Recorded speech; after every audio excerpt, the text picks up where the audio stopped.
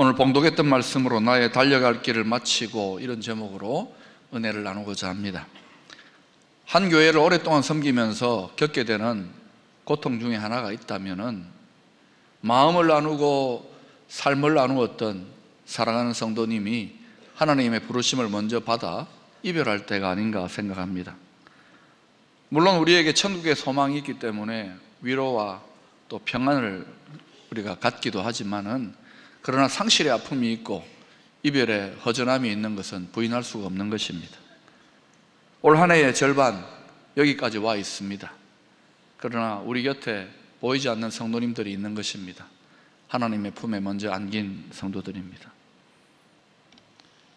죽음이라는 것, 사실은 사랑하는 사람을 먼저 보내고 나면은 우리 곁에 매우 가까이 성큼 다가와 있는 그러한 우리 삶의 한 부분이라는 사실을 절감하게 됩니다. 죽는다는 것을 영어로는 passed away라고 합니다. 문자 그대로 지나갔다는 뜻입니다. 이 말에는 모두가 가야 할 그 길을 먼저 지나갔다는 의미가 있습니다. 죽음, 우리와 무관한 것이 아니라 우리도 언젠가는 pass away, 지나가야 할 사건이라는 것을 알아야 합니다. 오늘 본문은 바울이 자신의 죽음을 의식하면서 사랑하는 믿음의 아들 디모데에게, 그리고 이 편지를 읽고 있는 우리 모든 믿음의 권속들에게 주고 있는 마지막 유언이라고 할 수 있습니다. 6절에 이런 말씀이 나옵니다. 전제와 같이 내가 벌써 부어지고 나의 떠날 시각이 가까웠도다. 전제라는 말, 제사장들이 제사를 드릴 때에 마지막 순서로 제물 위에 포도주를 붓는 것을 말합니다. 예배자로 살아온 바울의 마지막 순간이 임박했다는 말입니다. 나의 떠날 시각이 가까웠도다. 오늘 본문을 바로 이해하려면 죽음을 생각하면서 읽어야 합니다. 바울의 죽음만이 아니라 우리 자신의 다가올, 언젠가 다가올 그 죽음을 의식하면서 읽어야 하는 것입니다. 죽음을 바라보고 이해하는 관점에 따라서 우리는 전혀 다른 삶의 모습을 갖게 됩니다. 이화여대 총장을 지낸 김환란 박사는 자신의 죽음을 준비하면서 미리 유언을 작성한 것으로 유명합니다. 그 유언 내용을 보면 그가 인생을 어떻게 살았는지 알 수가 있습니다. 나는 인간의 생명이란 영원 불변하는 것으로 믿고 날마다 하나님께서 힘주시는 대로 더 좋은 생명의 길을 찾기 위해 살았다. 육체와 환경에 얽매인 것을 극복하면서 내 나름대로 승리의 길을 걸어오느라 힘썼다. 흙에 속한 육체의 기능이 퇴폐하여 심장의 기능이 그친다고 해서 내가 죽은 것은 아니다. 그렇기 때문에 나를 죽은 사람으로 취급하고 장례식을 해주는 것은 싫다. 세상에서 체험할 수 있었던 더 풍성한 생명의 길로, 또 더욱 화려한 승리의 길로 환송해주는 환송 예배를 장례식 대신 해주기를 바란다. 거기에 적합하게 모든 승리와 영광과 생명의 노래로 엮은 웅장하고 신나는 음악회가 되기를 원한다.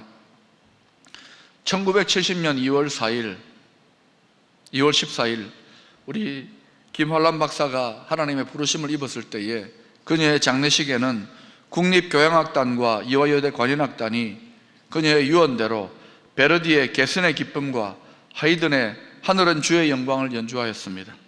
거리에는 수많은 시민들이 나와 그의 마지막 길을 애도하였고 문자 그대로 아름다운 장례식이 진행되어졌습니다. 반면에 독일의 독재자 아돌프 히틀러, 죽음에 대한 극심한 공포를 갖고 살아갔습니다. 그는 자신의 손에 죽어간 수백만 명의 유대인의 망령에 시달렸습니다. 히틀러는 한 부하에게 자신의 미래를 예언할 사람을 데려오라고 명령했습니다. 그러자 부하가 그 나라에서 가장 유명한 지혜자를 데려왔습니다. 각하의 미래를 이 사람이 분명히 예언할 것입니다. 히틀러는 그에게 자신의 미래를 예언해달라고 다그쳤습니다. 그러자 이 지혜자는 눈을 지그시 감고는 한참 동안 깊이 생각에 잠겼다가 무겁게 입을 열었습니다. 그리고는 이렇게 말했습니다. 당신은 유대인의 축제일에 죽을 것입니다. 왜냐하면 당신이 죽는 그날이 유대인의 축제일이 될 것이기 때문입니다. 한 사람의 생애에 대한 평가는 죽음 앞에서 비로소 결정되어지는 것입니다. 저와 여러분의 생애 또한 우리가 죽고 난 다음에 평가되어지고 결정되어진다는 사실을 아시기 바랍니다. 지금 우리가 어떻게 살아왔느냐도 중요하지만 우리의 죽음, 우리의 생애가 다 사라지고 난 다음에 그때 죽음 앞에서 평가되어집니다. 바울은 장차 다가올 죽음을 의식하면서 자신의 생애를 돌아봅니다. 그 내용이 7절에 분명하게 요약되어 있습니다. 나는 선한 싸움을 싸우고 나의 달려야 할 길을 마치고 믿음을 지켰으니, 원어로는 현재 완료형인데 우리말 시제상으로는 현재 완료형이 없기 때문에 이 구절의 번역에 한계가 있는 것입니다. 우리말 성경에는 싸우고 마치고 현재형을 썼고 믿음을 지켰으니 하나만 과거 시제로 되어 있습니다. 그러나 영어 성경 NRSV는 이 세 단어 모두를 원어대로 현재 완료형으로 번역하고 있습니다. I have fought the good fight. I have finished the race. I have kept the faith. 이것은 무엇을 의미합니까? 현재 완료형, 즉 과거로부터 시작되어져서 지금 다 이루어진 일로 본다는 데 큰 차이점이 있습니다. 이 모든 일들이 미래에 이루어진 일이 아니라 바로 곧 순교하게 될 현재 지금 이루어진 일로 그렇게 보고 있는 것입니다.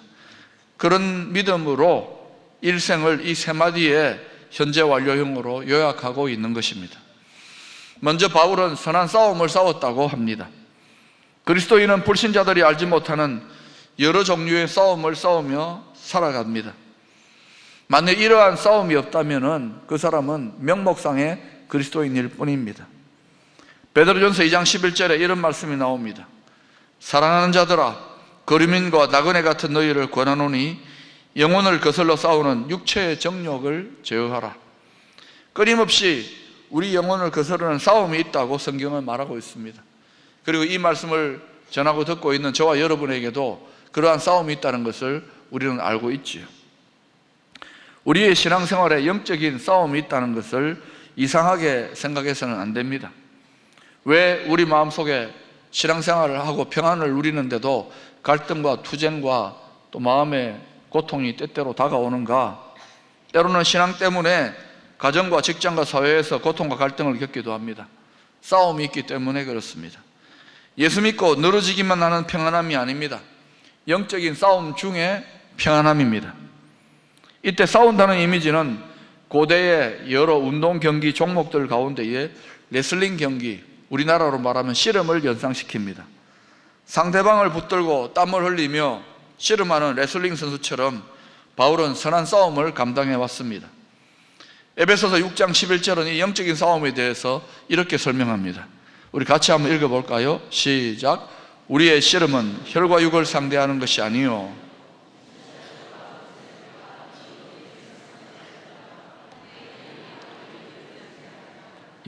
우리의 씨름 상대가 있다는 것이죠.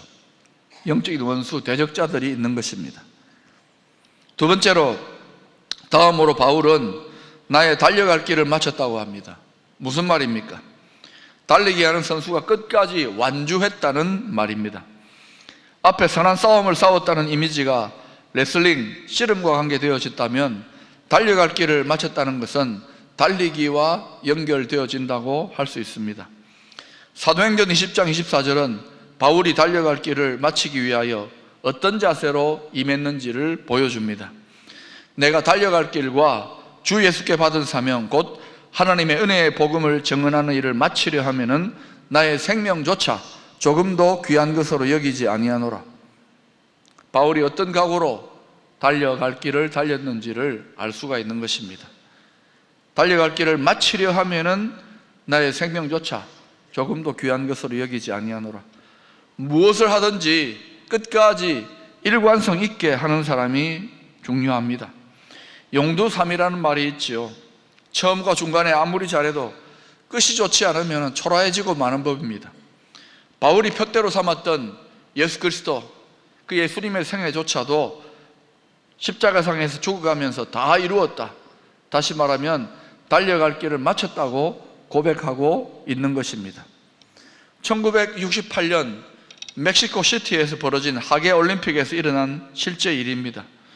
올림픽의 꽃이라고 일컬어지는 마라톤 경기, 이제 1등하는 선수가 들어왔습니다. 그리고 모든 선수가 다 들어와서 시상식이 끝나고 1시간이 지났습니다. 경기장에 불도 다 꺼졌는데 그때 어두컴컴해진 그 스테디움에 한 선수가 한쪽 다리에 피가 흥건한 채로 다리를 질질 끌면서 경기장 안으로 들어왔습니다. 탄자니아의 잔 스테판 아크와리 선수였습니다. 36살의 아크와리 선수는 무릎과 발목에 심한 부상을 입어서 도저히 경기를 끝낼 수 없는 처지였는데도 끝까지 완주했던 것입니다. 나중에 기자가 그에게 물었습니다. 왜 경기를 포기하지 않고 끝까지 뛰었습니까? 아크와리의 대답은 너무나 간단하고 분명했습니다. 내 조국은 경기를 시작하라고 나를 멕시코 시티에 보낸 것이 아니라 끝내라고 보냈습니다. 주님도 우리를 완주하라고 이 땅에 보내셨다는 사실을 아셔야 됩니다. 우리의 달려갈 길을 마치라고 이 땅에 보내신 것입니다. 모든 일의 시작은 쉬워도 그 일을 끝까지 감당하는 것은 어렵습니다. 중도에 포기하고 중단하는 경우가 얼마나 많습니까? 좋은 출발을 하는 것보다 좋은 끝을 맺는 것은 훨씬 더 어렵습니다. 어떤 저명한 의사가 자서전을 써보라고 주위에서 권면을 하는데도 불구하고 단호히 거절했다고 합니다. 그는 그 이유를 이렇게 답했다고 합니다. 나는 사람들이 인생의 그 마지막 한 바퀴에서 낙오하는 모습을 많이 보아왔기 때문에 아직은 자서전을 쓸 때가 아니라고 생각합니다. 마지막 인생에 한 바퀴를 남겨두고 넘어지는 사람들이 얼마나 많이 있습니까? 그런데 여기서 생각해 봐야 될 것은 본문에서 나의 달려갈 길을 1등으로 마쳤다, 우승을 차지했다가 아니라 단순히 달려갈 길을 마쳤다고만 한 점입니다. 믿음의 경주에서 중요한 것은 우승이나 1등이 아니라 끝까지 달리는 완주가 중요하다는 사실을 말하고 있는 것입니다. 신앙생활도 마찬가지입니다. 빨리, 많이 그렇게 감당하는 것이 중요한 것이 아니라 끝까지 달려갔는가, 그것이 하나님의 평가의 기준인 것입니다. 최선을 다하여 끝까지 달려갔는가.